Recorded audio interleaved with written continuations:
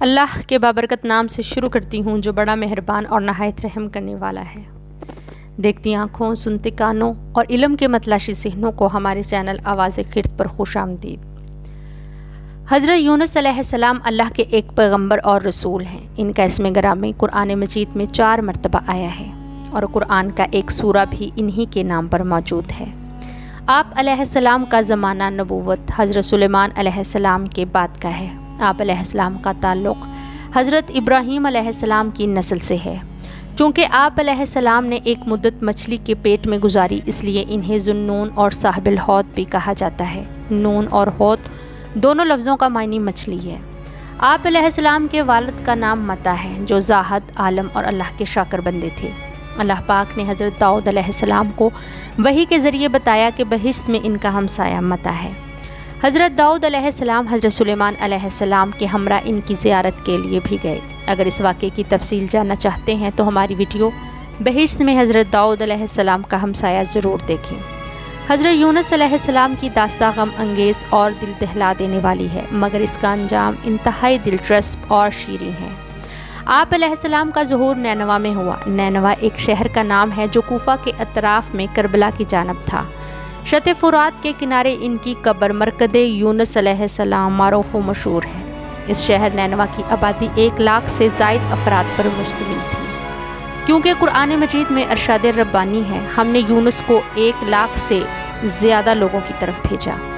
نینوا کے لوگ بت پرست تھے۔ ان کی زندگی کا ہر شعبہ غلط کاریوں اور تباہیوں میں غرق تھا۔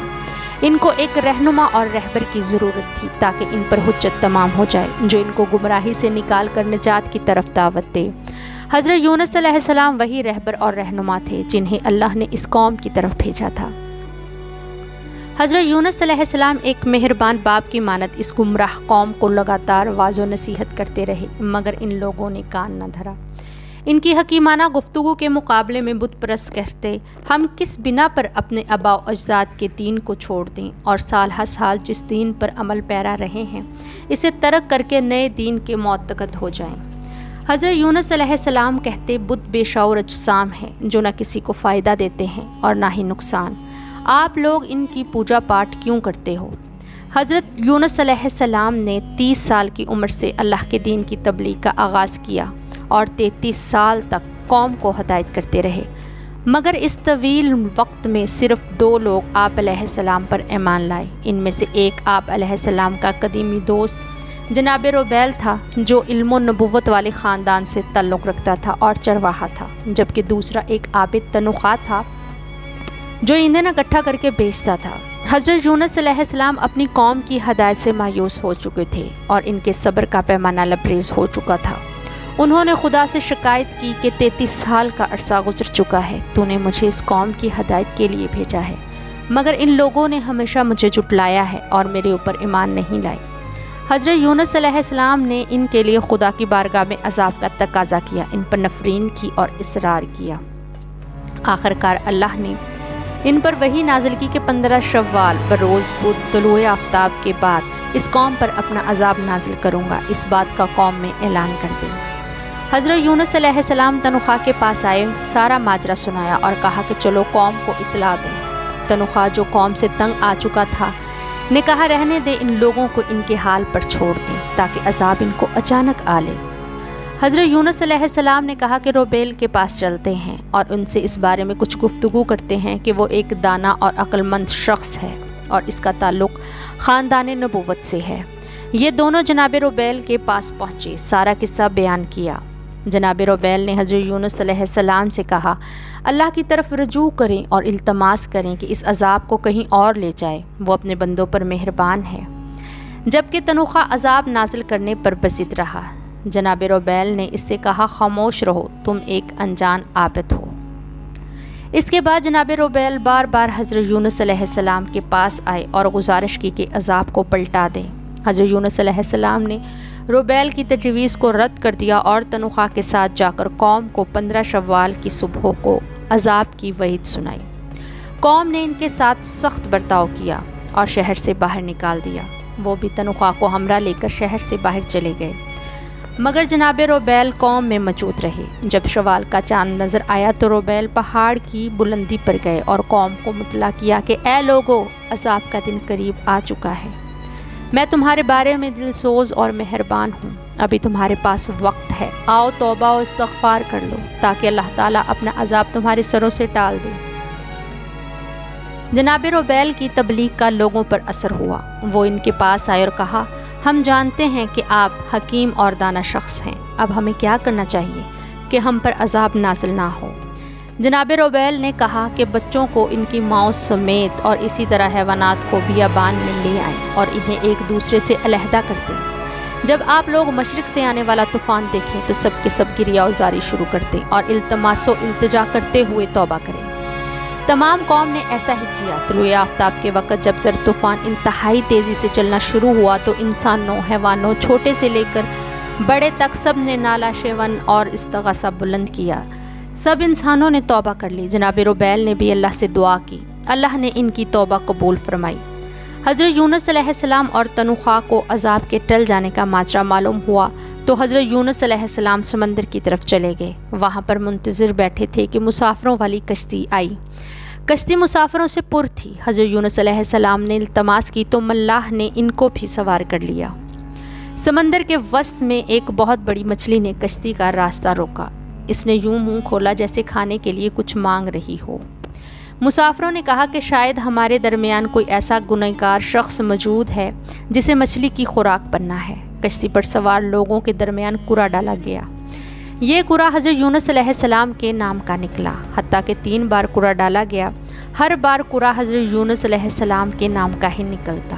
لوگوں نے حضرت یونس علیہ السلام کو اٹھا کر سمندر میں پھینک دیا اور مچھلی نے انہیں نگل لیا۔ تنوخوا واپس لوٹ آیا اور جناب روبیل سے کہا، مجھے لگتا تھا کہ میں عبادت کی وجہ سے آپ پر فضیلت رکھتا ہوں، مگر اب سمجھا ہوں علم کے ہمراہ تقویٰ علم کے بغیر زہد و تقویٰ سے بہتر ہے۔ وہ دونوں پھر سے دوست بن گئے اور قوم کے اندر رہ کر اسے ہدایت کرتے رہے۔ مچھلی حضرت یونس علیہ السلام کو سمندر میں لے گئی۔ حضرت امام جعفر صادق علیہ السلام سے منقول ہے کہ حضرت یونس علیہ السلام 4 ہفتے قوم سے غائب رہے۔ ان میں سے 1 ہفتہ سمندر کی طرف سفر کیا، 1 ہفتہ مچھلی کے شکم میں رہے، 1 ہفتہ مچھلی کے شکم سے نکلنے کے بعد ایک درخت کے نیچے گزارا اور 1 ہفتہ سمندر سے واپس شہر نینوا کی طرف سفر میں لگا۔ حضرت یونس علیہ السلام کتنے دن شکم ماہی میں رہے، اس میں اختلاف پایا جاتا ہے۔ 9 گھنٹے، 3 دن اور 40 دن کا بھی ذکر ہوا ہے۔ حضرت یونس علیہ السلام نے 3 تاریکیوں، ایک سمندر کی تہ کی تاریکی، شکم ماہی کی تاریکی اور رات کی تاریکی میں زندگی کا کچھ حصہ گزارا، لیکن وہ ہمیشہ ذکر خدا میں مشغول رہے۔ ان کا ورد زبان یہ تھا، اے خدا تیرے سوا کوئی معبود نہیں ہے، تو ہر ایک عیب اور نقص سے منزہ ہے، جبکہ میں ستمکاروں میں سے ہوں۔ آخر کار اللہ نے ان کی دعا قبول کی اور مچھلی کو حکم دیا کہ ساحل سمندر پر جا کر یونس کو باہر اکل دو۔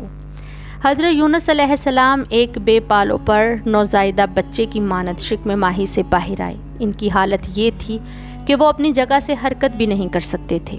ان پر خدا کا لطف ہوا۔ اللہ تعالیٰ نے ساحل سمندر پر کدو کی بیل اگائی۔ حضرت یونس علیہ السلام اس کے سائے میں زندگی بسر کرتے رہے اور ذکر خدا میں مشغول رہے۔ جب آپ علیہ السلام صحتیاب ہو گئے تو اللہ رب العزت نے ایک کیڑا بھیجا جس نے کدو کی بیل کی جڑیں کھا لی، جس کے نتیجے میں کدو کی بیل خشک ہو گئی۔ حضرت یونس علیہ السلام بہت مغموم ہوئے۔ خداوند قدوس نے وحی نازل کی کہ اس قدر محزون کیوں ہو؟ حضرت یونس علیہ السلام نے عرض کی کہ میں اس کدو کی بیل کے نیچے استراحت کرتا تھا، آپ نے اس پر کیڑے کو مسلط کر دیا ہے جو اس کی جڑیں کھا گیا ہے اور وہ خشک ہو گئی۔ خداوند متعال نے فرمایا، آپ ایک ایسے پودے کے خشک ہونے پر اس قدر مغموم ہوئے ہیں جسے نہ تو آپ نے کاشت کیا اور نہ ہی پانی دیا، لیکن 1 لاکھ سے زیادہ لوگوں پر عذاب نازل ہونے سے محزون نہیں ہوئے۔